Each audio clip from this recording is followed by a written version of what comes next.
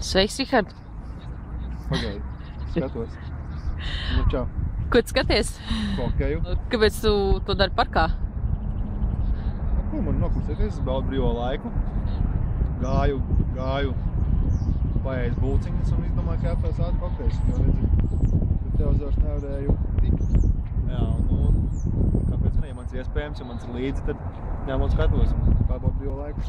Un kāda reakcija ir no apkārtējiem? Un kāda tev pašam sajūta ir skatīties tik publiskā vietā? Viņi jau nezinu, viņi domā, ka es gīkoju.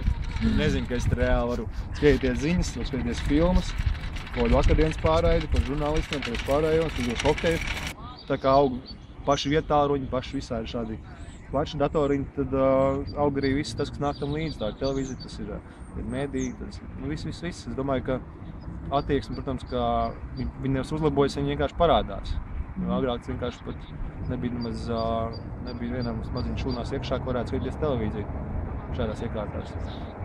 Tad tagad būs nevis tikai surfošana un tvītošana, bet būs arī reāli labumi, kas tev ir izmantojami.